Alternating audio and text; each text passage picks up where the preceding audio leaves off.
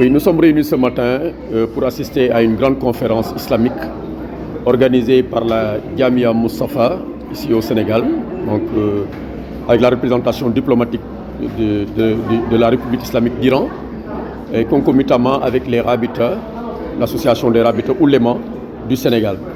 Donc la conférence islamique qui nous réunit ce matin a pour thème les fondements d'une société sur les bases, la base référence du Coran vue par l'imam Khomeini et notre guide Cheikh Omar al-Foutiyou Tall, qu'Allah soit satisfait d'eux. Je précise que le choix a été fait concomitamment par la Jamia Moussafa et la Rabita Ouléma du Sénégal, dirigée par le serviteur de la communauté omarienne, Thierno Madani Mountaga Amadou Mountaga Cheikh Omar al-Foutiyou Tall. Pourquoi ces deux hommes?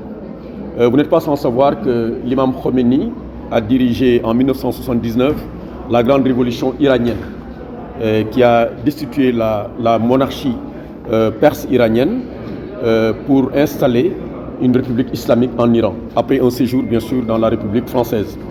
Au retour en Iran, il a installé le comité islamique et depuis 1979 jusqu'à nos jours, c'est cette république islamique qui prévaut en Iran. Et l'imam Khomeini, non seulement est un guide de la révolution, mais est un grand penseur de l'islam, un connaisseur du Coran, qui est imam, qui a élaboré, qui a écrit beaucoup de préceptes religieux. Et tout le monde donc connaît sa personnalité religieuse qu'il a incarnée tout au long de sa vie. Et à côté de lui, nous autres Sénégalais, nous avons proposé sous le guide, sous l'égide de Thierno Madani Tall, le responsable moral des oulémas, nous avons proposé El Hajj Omar al-Foutiyou, de par sa représentativité, mais de par aussi ce qu'il a fait pour l'islam au Sénégal, en Afrique et dans le monde entier. Nous tous, nous savons que c'est Cheikh Omar al-Foutiyou est un talibé de Cheikh Ahmed Tidiane Chérif et de Cheikh Mohamed El Ghali. Et il a fait plusieurs universités, il a fréquenté toutes les universités coraniques qui sont dans le monde, les universités islamiques, notamment Al-Azhar, à travers plusieurs séjours et un pèlerinage à la Mecque où il a fait là-bas, en tout cas, une promotion encore de l'islam. Et à retourner au Sénégal et en Afrique, il a promulgué, il a permis en tout cas d'étendre la Tijaniya, particulièrement en Afrique de l'Ouest, à travers maintenant une djihad qu'il a menée tout au long de sa vie après ce pèlerinage à la Mecque là. Des points de ressemblance entre les deux hommes? Oui, cette sainteté religieuse, cette sainteté islamique qu'ils ont en commun, mais aussi la djihad. Ce que l'imam Khomeini a fait lors de la révolution iranienne constitue une djihad, parce qu'il ne l'a pas fait pour lui, mais il l'a fait pour instaurer une république islamique.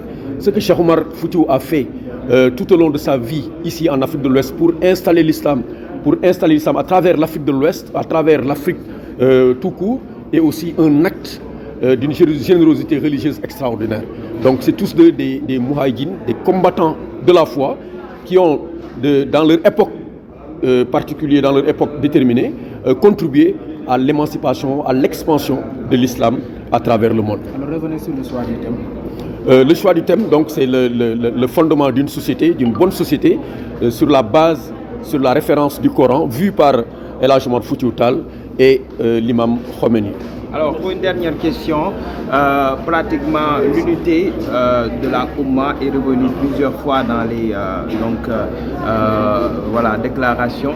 Aujourd'hui, avec ce qui se passe en Palestine, est-ce qu'il n'est pas plus que jamais intéressant que les musulmans s'unissent pour apporter le soutien à la Palestine? C'est une excellente question. Je pense que cette conférence est très déterminante dans ce processus-là. Parce que c'est la première fois, c'est inédit, que la Jamia Moussafa, donc des Iraniens, et les Rabitas Ouléma du Sénégal s'unissent pour mettre en place quelque chose, ne serait-ce qu'une conférence islamique, coranique, religieuse.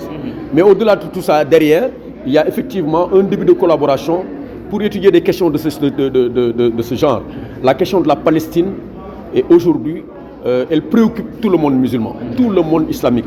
Et vous n'êtes pas sans savoir que la création même de l'OCI, l'organisation de la conférence islamique, est partie justement des événements de la Palestine. Et donc aujourd'hui, je pense que la République islamique d'Iran et la République du Sénégal, à travers donc ces deux organisations, la Jamia Moussafa et les Rabitas Ouléma du Sénégal, sont en train de poser des jalons dans ce sens-là. Et je pense que dans les jours à venir, au sortir de cette conférence-là, vous verrez de manière concrète comment ces deux sommités-là, que sont donc la Jamia Moustapha et la Rabita islamique Sénégal dirigée par Thierno Madani, mettront en œuvre certaines décisions pour justement cette question palestinienne.